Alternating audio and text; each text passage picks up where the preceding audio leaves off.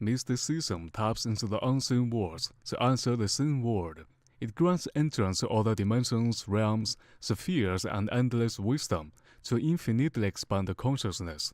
It channels the invisible energies to manifest the visible. Mysticism is the connection with the divine forces from the third-dimensional reality.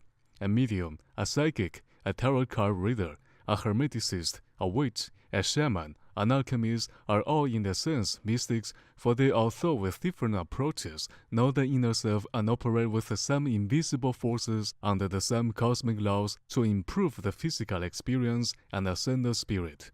Then a true mystic is the individual who understands said laws and the inner self to proficiently work with the stellar energies to bring about the incredible and the miraculous.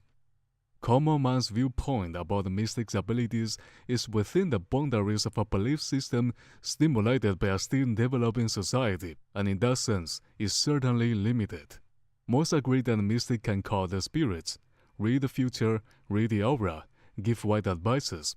Hermeticism and Kabbalah give a more profound representation to the mystic's range of abilities.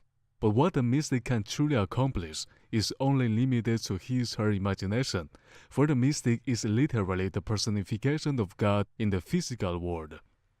Mysticism has no boundaries, and a naval mystic can have unlimited power.